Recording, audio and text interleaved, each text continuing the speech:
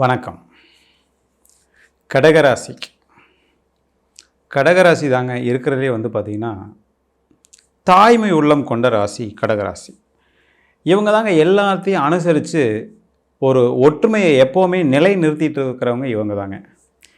இவங்க பார்த்திங்கன்னா, எந்த ஒரு இடத்துலையும் எந்த ஒரு குடும்பத்துலேயும் கடகராசிக்காரங்க இருந்தாங்கன்னா, கட்டாயம் எல்லாத்தையும் அனுசரித்து அரவணைச்சு கொண்டு போகிறவங்க இந்த கடகராசிக்காரங்க தாங்க. இந்த கடகராசிக்காரங்க இல்லாற்றி ஒற்றுமையே இருக்காதுங்க. எல்லாருமே பார்த்திங்கன்னா, தங்களுடைய தனித்தன்மையை நாசுக்காக உள்ளே கொண்டு வந்துகிட்டே இருக்கக்கூடிய சமயத்தில் இந்த கடகராசிக்காரங்க தாங்க எல்லாத்தினுடைய நல்ல குணங்களை மட்டுமே எடுத்துக்கிட்டு ஒரு தாய்மை உள்ளத்தோடு அணுகக்கூடிய இந்த ராசி தாங்க இருக்கிறதே அதி உன்னதமான ராசி. கடகராசிக்கு எப்போதுமே ஒரு தனி சிறப்பு உண்டுங்க. கடகராசிக்காரங்க பார்த்திங்கன்னா, எந்த ஒரு கூட்டத்திலையும் தன்னை முன்னிலைப்படுத்திக்கவே மாட்டாங்க. ஆனால் இவங்க தாங்க அந்த கூட்டத்தை நடக்கிறக்கே இவங்க தான் காரணமாக இருக்கும். கடகராசிக்காரங்க எப்பொழுதுமே தாய்மை உள்ளம், தன்னம்பிக்கை அதிகமாக இருக்கக்கூடிய ராசியும் இந்த ராசி தாங்க. ஆனால் என்ன, எப்போவுமே துருதுருன்னு இருப்பாங்க. இவங்க தாங்க துருதுருன்னு இருக்கக்கூடிய ராசிக்காரங்களே இந்த கடகராசி தாங்க. ஏன்னா சந்திர பகவான் பார்த்திங்கன்னா 2 நாளைக்கு ஒரு ராசியில் மாறிக்கிட்டே இருக்கக்கூடிய ஒரு சூழ்நிலை கிரகநிலை அமைப்பே அப்படி தானே இருக்குது. அதனால் பார்த்திங்கன்னா சுறுசுறுப்புக்கு பெயர் போனவங்க இந்த கடகராசிக்காரங்க தாங்க. கடகராசிக்காரங்க ஒரு குடும்பத்தில் இருந்தாங்கன்னா அவங்க தான் பார்த்திங்கன்னா எல்லாத்தையும் அனுசரித்து அன்பை அரவணைச்சு கொண்டு போகிறவங்க இந்த கடகராசிக்காரங்க தாங்க. கடகராசிக்காரங்க இப்போது கிரகநிலை அமைப்பு பார்த்திங்கன்னா ஒரு மாதிரியாக நெகட்டிவாக தான் இருக்குதுங்க. சொல்வதற்கு கசப்பாக இருந்தாலும் அதுதான் உண்மை. இருந்தாலும் தன்னை எந்த ஒரு காரணத்து கொண்டும் நெகட்டிவாகவே காமிச்சிக்க மாட்டாங்க இந்த கடகராசிக்காரங்க. 1000 பிரச்சனைகள் இருந்தாலும் அதை மனசுக்குள்ளேயே வச்சுக்கிட்டு வெளியில் எல்லாத்துக்குமே அன்பாக அனுசரணையாக தன்னுடைய கஷ்டத்தை வெளியே காட்டி கொள்ளாமல் இருக்கக்கூடிய ஒரே ராசி இந்த கடகராசிக்காரங்க தாங்க. கடகராசிக்காரங்களுக்கு கடந்த 2 வருடங்களாகவே சரியில்லாத ஒரு அமைப்பு, கிரகநிலைகள் அமைப்பு. ஏன்னா சனி பார்த்திங்கன்னா 8ஆம் இடத்துல சஞ்சாரம் பண்ணிகிட்ருக்காரு.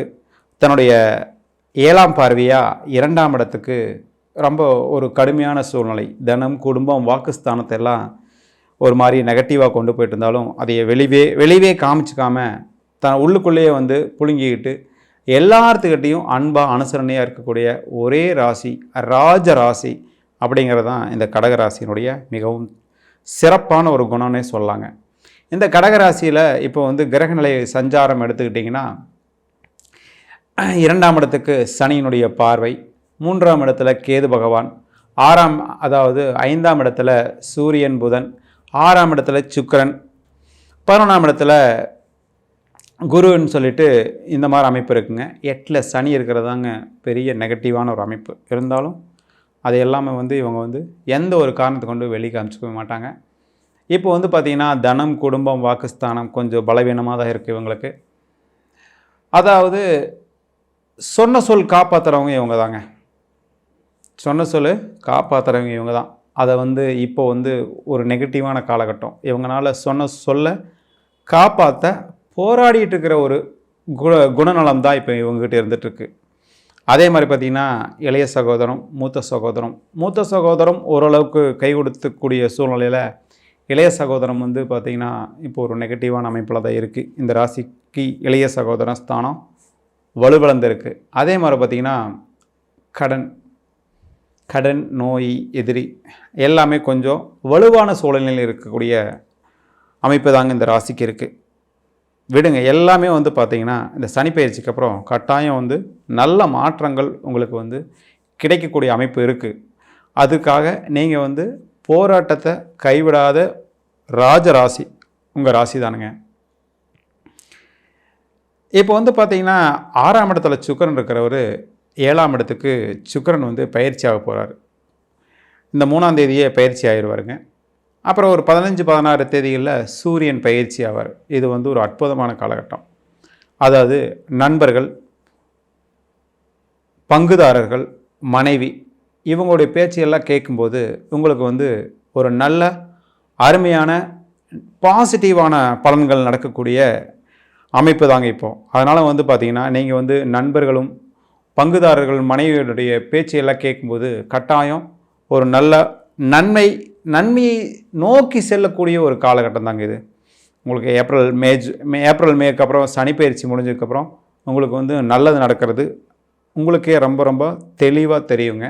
இப்போ கொடுக்கக்கூடிய உங்களுக்கு வந்து ஒரு தெளிவுங்கிறது உங்கள் மனைவிகிட்டேருந்தையும் நண்பர்கள்கிட்டேருந்தையும் கட்டாயம் கிடைக்குங்க. அதே மாதிரி பார்த்திங்கன்னா பங்குதாரர்கள்கிட்ட தயவுசெய்து நீங்கள் வந்து எந்த ஒரு காரணத்தை கொண்டும் உங்களுடைய கஷ்டத்தை வந்து சொல்லி அவங்கள வந்து திசை திருப்பக்கூடாது. ஏன்னா இப்போ இருக்கிற காலகட்டம் பங்குதாரர்கள் மூலிமா உங்களுக்கு லாபங்கள் வரக்கூடிய காலகட்டம் தான். இந்த சனிப்பெயர்ச்சி முடிஞ்சதுக்கப்புறம் கட்டாயம் நல்ல பலன்கள் இருக்குங்க. அதுக்கு உண்டான நகர்வுகள் புரிதல்கள் இப்போ தொடர்ந்து நடக்கக்கூடிய ஒரு சூழ்நிலையை கிரக நிலைகள் உங்களுக்கு வந்து உருவாக்கி கொடுக்குங்க. அதே மாதிரி உங்களுடைய தன்மையிலிருந்து எந்த ஒரு காரணத்துக்காகவும் நீங்கள் விட்டே கொடுக்க மாட்டீங்க. இதில் வந்து பார்த்திங்கன்னா சந்திரனுடைய ஒளித்தன்மையை வச்சு உங்களுடைய வாழ்க்கையை வந்து நிர்ணயம் பண்ணிடலாம். அமாவாசையில் பிறந்தவங்களுக்கு ஒரு மாதிரியாகும், வளர்பிறையில் பிறந்தவங்களுக்கு ஒரு மாதிரியாகும், தேய்பிறையில் பிறந்தவங்களுக்கு ஒரு மாதிரியாகும், நிறை பௌர்ணமியில் பிறந்தவங்களுக்கு ஒரு அட்டகாசமான சூழ்நிலையும் இந்த கிரக பயிற்சியானது கட்டாயமாக கொடுக்குங்க. அதனால் வந்து பார்த்திங்கன்னா எந்த ஒரு காரணத்து கொண்டும் எதிரிகிட்ட வந்து உங்களுடைய நெகட்டிவை சொல்லாமையும் நண்பர்கள்கிட்ட உங்களுடைய பாசிட்டிவை சொல்லாமல் இருந்தீங்கன்னாவே உங்களுக்கு வந்து ஒரு நல்ல காலம். இந்த கிரகநிலைகள் இந்த மாத கிரகநிலைகள் உங்களுக்கு மிகவும் சிறப்பான ஒரு அமைப்பாக இருக்குங்க. அதே மாதிரி பார்த்திங்கன்னா வேலை விஷயத்தில் வந்து இப்போது நீங்கள் எதிர்பார்க்குற வேலை இப்போ கிடைக்காட்டியும் கட்டாயம் வந்து ஏப்ரல் மாதத்துக்கு அப்புறம் உங்களுக்கு ஒரு நல்ல வேலை வாய்ப்பு இருக்குங்க. இப்போ போயிட்டுருக்கிற வேலையை நீங்கள் தக்க வச்சுக்கோங்க. ஏன்னா வந்து இப்போ வேலை மாற்றங்கிறது வேண்டாம். இப்போ வேலை மாற்றம் சொல்கிறாங்கன்னா தயவுசெய்து ஏற்றுக்காதீங்க. ஏப்ரல் மேக்கு அப்புறம் வந்து ஒரு நல்ல அருமையான காலகட்டம் வரப்போகுது. அதனால் வேலையில் இப்போது கவனம் செலுத்தக்கூடிய ஒரு அற்புதமான மாதம் தான் இந்த மாதம். அதே மாதிரி தொழில் செய்கிறவங்க அதிகமாக முதலீடு போடுறது தயவுசெய்து வேண்டாம். ஏன்னா ஏப்ரல் மேக்கு அப்புறம் அதை வந்து நம்ம வந்து எக்ஸ்டாப்ளிஷ் பண்ணிக்கலாம். ஆனால் இப்போது எந்த ஒரு ரீஷெடியூல்டும் வேணாங்க. அதனால் வந்து பார்த்திங்கன்னா இருக்கக்கூடிய தொழிலை அப்படியே தக்க வச்சுட்டு போயிட்டுருக்கிறதா உங்களுக்கு வந்து ஒரு சிறப்பான அமைப்பாக இருக்கும். அதே மாதிரி தொழில் செய்கிறவங்க அதிகமாக முதலீடு பண்ண வேண்டாங்க. ஏன்னா இப்போ இருக்கிற காலகட்டம் கிரகநிலை அமைப்பு பிரகாரம் உங்களுடைய நண்பர்கள் பங்குதாரர்கள் மூலிமா கட்டாயம் லாபங்கள் இருக்குங்க. அவங்களுடைய பேச்சும் உங்களுக்கு வந்து ஒரு நல்ல சிறப்பான வழியை காட்டும். இருந்தாலும் இன்னும் 2-3 மாதம் கொஞ்சம் வெயிட் பண்ண வேண்டிய ஒரு காலகட்டம் தான். ஏன்னா இப்போ தான் வந்து உங்களுடைய அந்த அஷ்டமச்சனிங்கிறது நிறைவுக்கு வந்திருக்கு. இப்போ பொதுவாக ஆயில்ய நட்சத்திரக்காரங்களுக்கு வந்து பார்த்திங்கன்னா கடகராசி ஆயில்ய நட்சத்திரக்காரங்க இப்போ வந்து ஒரு இன்னல்கள் அப்படின்னு இல்லை, வாழ்க்கையினுடைய யதார்த்தத்தை புரிஞ்சு நடந்துக்கூடிய ஒரு காலகட்டம் தான். இப்போ வந்து வெளுத்ததெல்லாம் பால் இருந்த காலகட்டம்லாம் போய் இப்போ வந்து யார் நண்பர்கள் பணம்னா என்ன எல்லாமே ஒரு புரிதலை கொடுக்கக்கூடிய அமைப்பு தான் சனி பகவான் கொடுத்துருக்கார். அதனால் வந்து பார்த்திங்கன்னா தயவுசெய்து தொழிலில் முதலீடு பண்ணுறதுக்கு கட்டாயம் நீங்கள் வந்து யோசனை செய்ய வேண்டிய ஒரு காலகட்டம். அதே மாதிரி பார்த்திங்கன்னா வருமானமெல்லாம் ஒன்றும் குறையாதுங்க. என்ன செலவுகள் கட்டுக்கடங்காமல் இருக்கும். 100 ரூபா வந்துச்சுன்னா 200 ரூபா செலவாகும், அதுதான் உண்மை. அதனால் பார்த்திங்கன்னா செலவுகளை கண்ட்ரோல் பண்ணுறக்கு என்ன வேலையோ அதை நீங்கள் வந்து பார்த்தீங்கன்னா போதும். வருமானமெல்லாம் எந்த பிரச்சனையும் இல்லை. அதே மாதிரி லாபம் எடுத்து வைக்க முடியாத ஒரு சூழ்நிலை தான் இப்போ இருக்கீங்க. கட்டாயம் உங்களுக்கு வந்து ஒரு 2 மாதத்துக்குள்ளே இந்த சனி பயிற்சி முடிஞ்சதுக்கப்புறம் லாபங்கள் எடுத்து வைக்கக்கூடிய அமைப்பு கட்டாயம் இருக்குங்க. சரிங்களா? திருமணத்துக்கு தயாராகிட்டீங்க. எஸ், திருமணம் உங்களுக்கு வந்து கட்டாயம் கைகூடி வருங்க. பொண்ணு பார்க்குறது மாப்பிள்ளை பார்க்குறது இதெல்லாம் அமைப்பும் சிறப்பாக அமைஞ்சு வருங்க. அது சுக்கரனுடைய இணைவு. அதுதான் வந்து பார்த்திங்கன்னா உங்களுடைய சுய ஜாதக பிரகாரம் கட்டாயம் அது நிறைவேறக்கூடிய ஒரு காலகட்டம். ஏன்னா 7ஆம் இடத்துக்கு சுக்கிரன் வர இல்லைங்களா, அருமையான காலகட்டம். அதனால் வந்து பார்த்திங்கன்னா உங்களுக்கு வந்து பார்த்திங்கன்னா திருமணம் முடிவாகிறதெல்லாம் மிகவும் சிறப்பாக இருக்கும். இந்த அஷ்டமச்சனியில் திருமணங்கள் தடைப்படக்குண்டான வாய்ப்புகள் உண்டுங்க.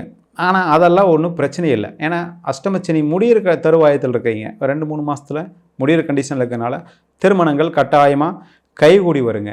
அதே மாதிரி குழந்தை பாக்கியம் கட்டாயம் உங்களுக்கு வந்து ஒரு நல்ல அமைப்பாக இருக்குங்க. ஏன்னா வந்து செவ்வாய் வந்து நீச்சமான சூழ்நிலையில் இருக்கார். 5ஆம் அதிபதி செவ்வாய் வந்து அதாவது ராசியிலேயே வந்து நீச்சமான சூழ்நிலையில் இருக்கார்.